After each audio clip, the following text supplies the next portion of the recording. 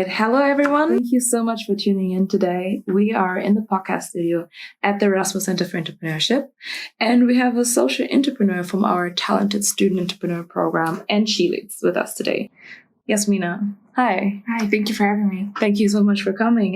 Yasmina is at the moment starting her master's in leadership, HR, and change management.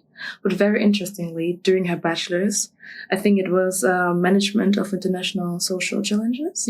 Yes, she started her very own startup, Freshtable, and that will be the focus today. Yes. So we will go a little bit more into Freshtable, what exactly it is as a social enterprise, and dig as well a little bit into how it influences the Dutch cuisine. And of course, we will unravel your experiences as a female entrepreneur. I'm excited. Good. Me too. Then we will just jump right into it. All right.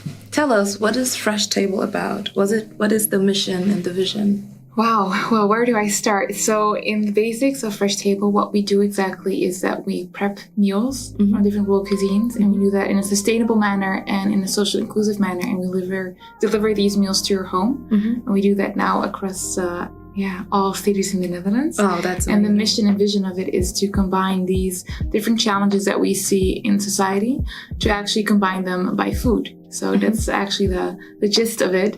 We do that in a sustainable manner, so everything's sustainably packaged. We have our own local garden in which we work with, but also in a socially inclusive manner, meaning that our team is very diverse, but we also try to celebrate these different cultures and to make sure that we employ people that have a bigger distance to the labor market. And more specifically, at this moment, it's status holders and former refugees that we like to invest in. You will probably dig into that a little later. But I would like to know the story behind it. So how it started. Yes. Yeah, so actually it started during my time as a student. I noticed that a lot of students in my surrounding areas were either very passionate about climate change and wanted to go to protests and really change that, or they're very passionate about humanity and the things that were happening during the refugee crisis in Europe. So either one or the other. And I was thinking, why are you picking and choosing? Because they have everything to do with each other. And if we look at, there's a drought in a certain country, and that drought leads to war because people want access to water, and then that in turn creates climate refugees. It has everything to do with each other. So Freshtable is also a kind of way to let your voice be heard, but also to address certain issues in society and to make sure that we can change it. And at the same time, a very simple explanation for why we started was I love food and I love eating, I love cooking. So I used to always bring my own food, my prep meals to my to college, and then I noticed different students asking me like, "Oh, that smells so good, can I try?" And at some point, I was thinking, "Hey, maybe this is some kind of business. I can make money out of this." Yeah, exactly. But I wouldn't be me if I don't want to make something out of it that really has a purpose. So I wanted to start a business, but really make sure that I can do it in the right way and actually help the world become a bit better. Great. It's a very inspiring story. Thank I you. myself was very touched by just reading it up. Thank you so much. Getting more into Freshtables. But coming back to when you said as a student, right? How did you balance off being a student that comes with challenges and just being a student entrepreneur? So how did you do that? So it's not like I was bored, because I did a lot of volunteer work. I did sports and everything besides it. And at some point I was like, well, the 20 minutes that I have left at the end of the day, let me fill it up. No, actually it just started, and I really wanted to do it, and I had a big passion for it. I think that's also one of the things you really need as a student entrepreneur. And it also helped that I learned a lot of things during my student time that I could apply into my business. At the end of the day, for me, it was never an option to put my business above my university degree or my university degree above my business. So at some point I had to make sure that I can put both of them at one, and I was able to do that just by prioritizing everything that I wanted to do, and I really felt it was important to succeed in both, and luckily enough I was able to. And how did you succeed in both? Did you have some support? Time management. Time management is key. Time management is key. Like the moments that I didn't have that really shows that you can try anything, but if you don't have good time management. And at the same time, when I realized that there was a student program at Erasmus University, I was set on getting in. I was like, I need this, because I was at the start of my business still. And I was thinking, thinking, well, I'm an okay student, but I want to make sure that I can still keep this up whilst I write business and not jeopardize my grades. But at that time, the TSEP part, so the program was, TSEP. Yeah, it was in general for Erasmus University students. It never said a specific kind of faculty. But then, I tried to get in. I sent a lot of emails.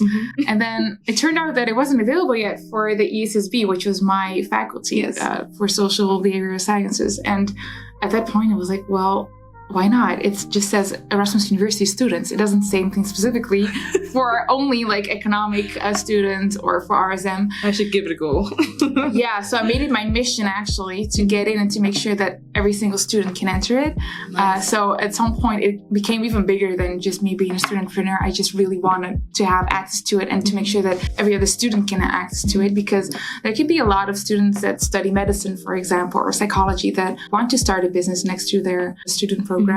So luckily enough, after I think 8 months or 9 months, like a baby, with the help of Caddy and like a lot of nice people in the program that really were supportive, we actually arranged, and I was the first ESSP student to get in. And I think, if I'm not mistaken, after that, a lot of different faculties joined as well. That is correct. You actually started this movement, so to say. Small movement, but it was a chain reaction, and it was a really good initiative that you started. Hey, I'm part of the university, so come on. Exactly, why not? It should be open for me too. So it was pretty good.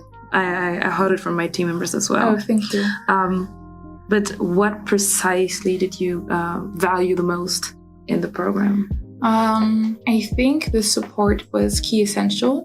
And it's also one of the reasons, because I graduated last year and I took a gap year to really focus on my business.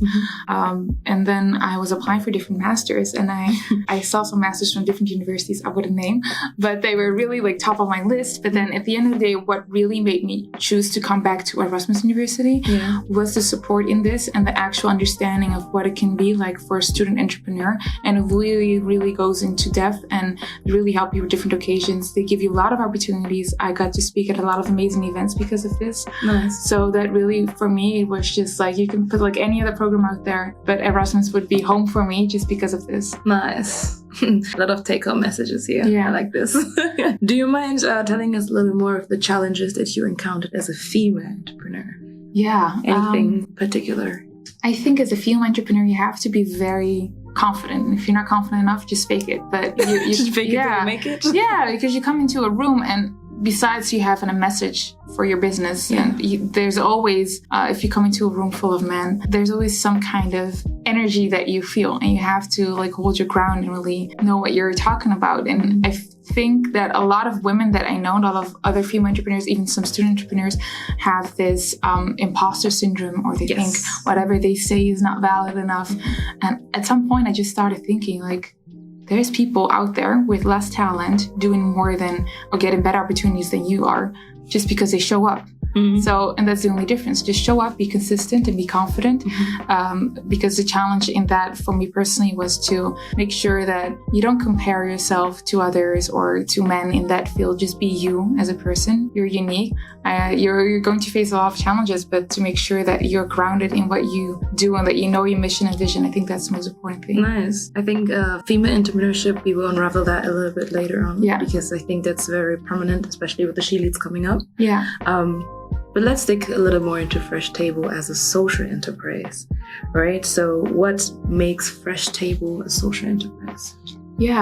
So in many different ways, we're a social enterprise. So first of all, we're part of the Social Enterprise NL network. So it's an official recognized network in the Netherlands where all social enterprises are signed up to. One of the main parts that we do is our Fresh Academy. So we make sure that we can onboard status holders with talent, and that we can actually make sure that they can get a job here. The funny part is often people think that they're working in the kitchen, but it's often not even the case. With a lot of former refugees coming here into Europe, unfortunately, a lot of their degrees get underqualified in Europe. So what we try to do is look past that, because if we only going to hold that to the Western norms and standards, we're not going to go very far, and we're just losing out on talent. So we actually have people on positions such as marketing or IT, which they actually study in their home country, and then we just help them adapt into the Dutch label market. And yeah, that's basically one of the parts that we do. At the same time, we also have our project, which is called the Share a Meal campaign, in which you can buy a meal for somebody else in need. So you can actually donate that. Last year we did 1,000.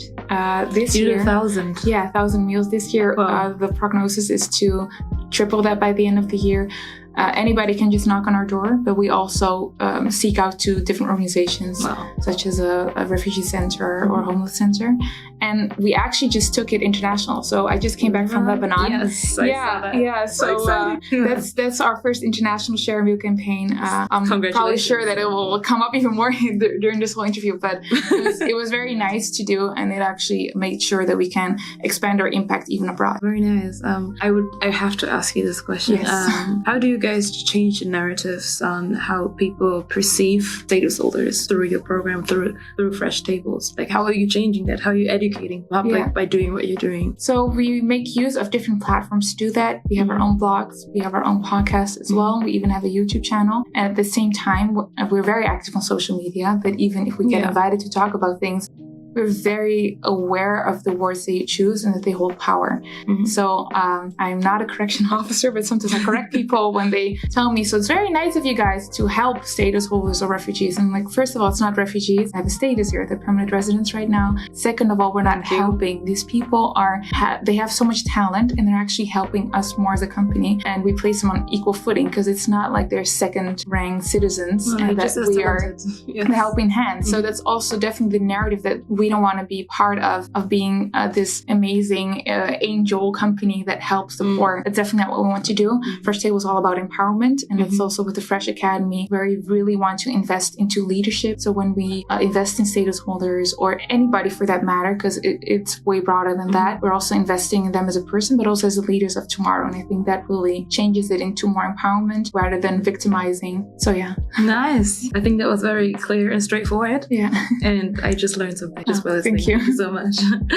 Very final question to this category. You said in your podcast, because I listened to it a few days back, that sustainability and inclusivity should be embedded in organizational core values. Yes. So here is just what makes me wonder, how do you differentiate yourself as a social enterprise compared to other social enterprises? I think the key in that is by being a startup. I think every single startup that started for the last 5 years, they have no excuse not to include sustainability and inclusivity from the core. There is no excuse. There's a lot of access to educational things, and the world is so big, but at the same time so small. One click, you can learn anything. There's no excuse to not know something about when we go to topics such as racism or inclusivity or LGBTQ. I think people should be aware of what's going on in the world, and you have no excuse to be ignorant anymore. So when it comes to companies, for us as Freshtable, it's part of the core values. Without sustainability and inclusivity, there's no Freshtable. So we cannot operate without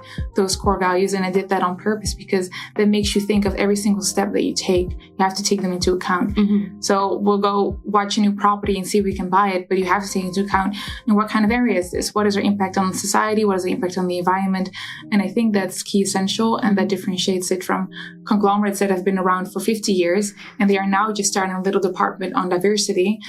And then often it's just hitting diversity quota, which is any step into progress is good. I'm not booing on that, but I think as new startups and new companies, we hold the power to make a difference, to make sure that diversity and sustainability are not an option anymore, just a mandatory key factor of your business. I personally really see that you guys are doing pretty great in actually podcasting that to the public.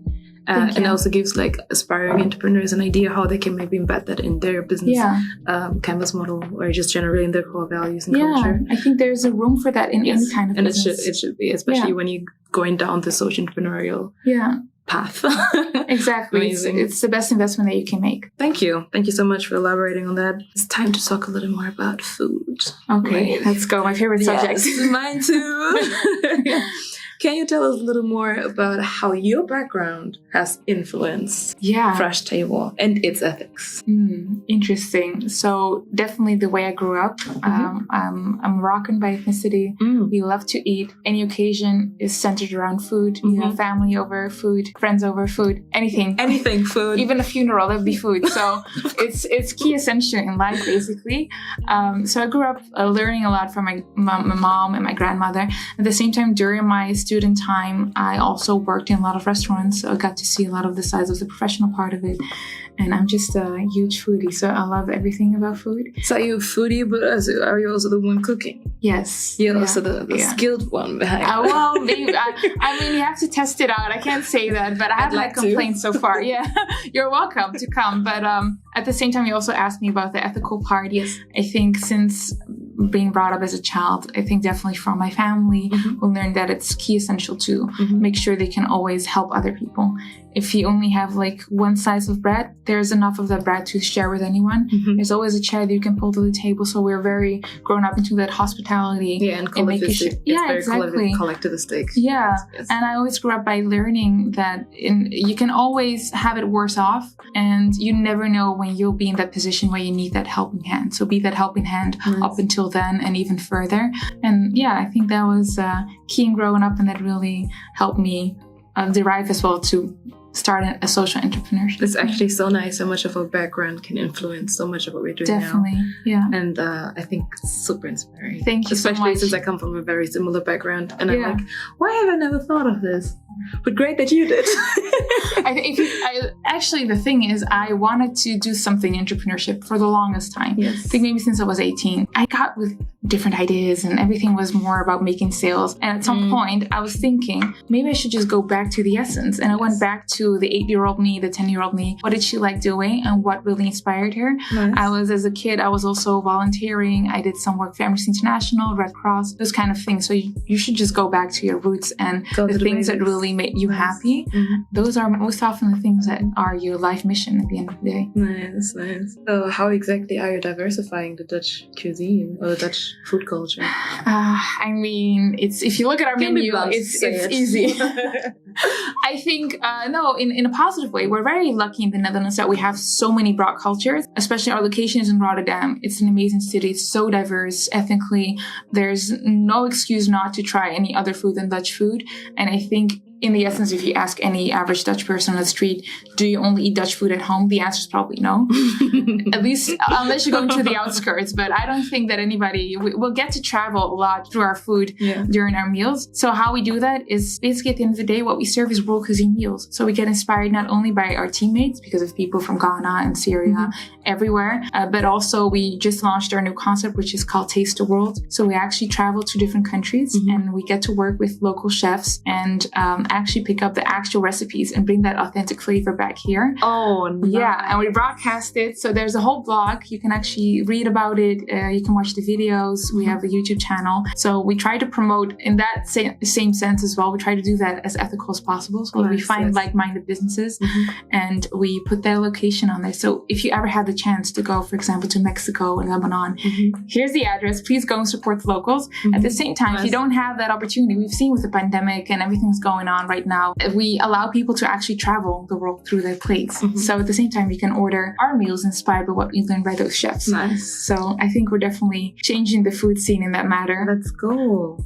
I like this. I hope you get more spread as well through this. So more people can taste. For my part, I will. Yeah. Taste one of your amazing dishes. Can't wait. Yeah. It's really cool. And hopefully we can add more countries. So yeah, the more the merrier. Yeah.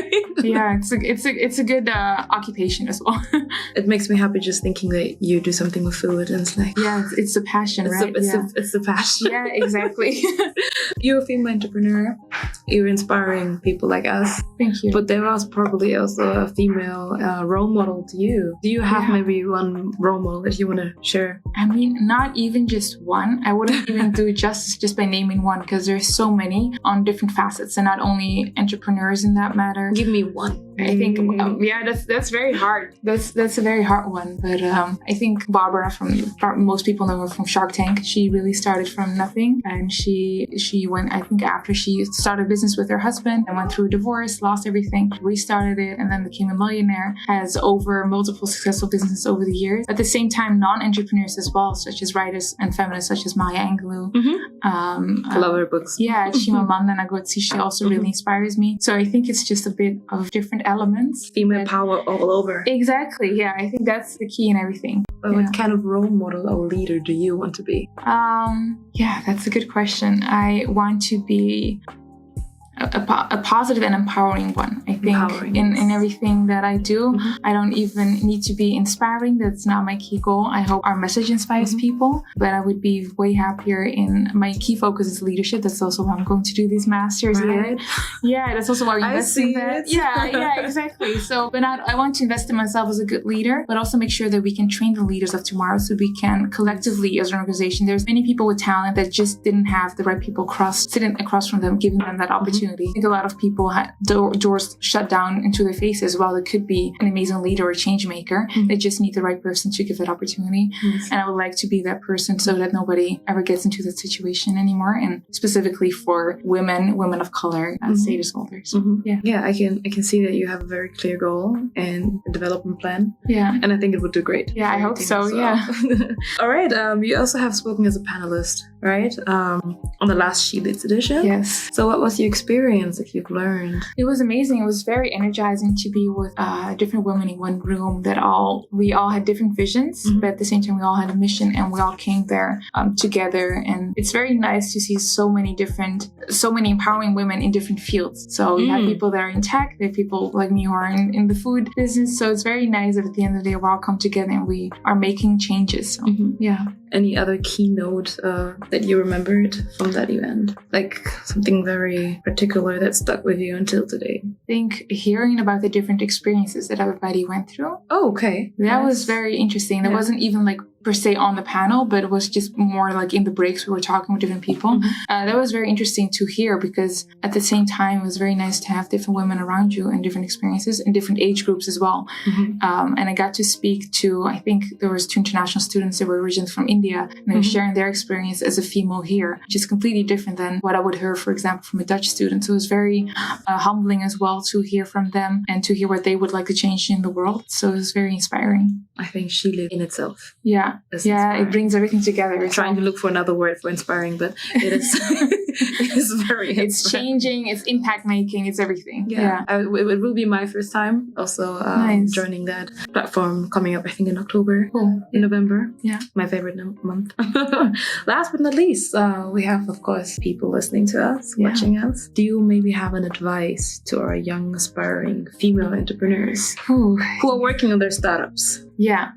Get a clear mission. Make sure it aligns with your norms and values. Don't go into trends or don't try to copy anything that you see. Just stick to what you want and have the passion because you can have anything in the world. I'm always saying this, like during my student time, I'm not even saying that it was easy as a student entrepreneur. Sometimes I had exams, I was studying with my laptop, half in the kitchen and answering calls at the same time. And the next morning I had an exam and I didn't sleep because I had to work at the same time. Those kind of things, you only get through that with the right amount of passion and dedication. So just whatever you do, make sure that your heart and soul lies into it. And as a social entrepreneur, I would always advise to have a bigger goal than a monetary one. Nice. Yeah. Nice. That's really in the face, but so needed. Thank you so much. Thank you so much. Yeah, you took us along a very entrepreneurial journey in this interview. I thank you so much for everything, for all the insights. Is there anything that you would like maybe to note?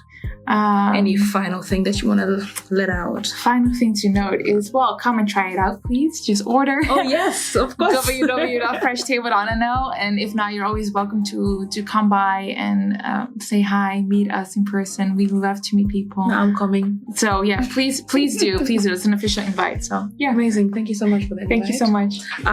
And best of luck for Freshtable's future and everything that you have in mind, and for your studies, of course. Yeah. I almost forgot about that one. I'm so sorry I'm running you. So we have much more inspiring stories such as Yasmina's to share. So stay tuned, and we see you next time. Cheers!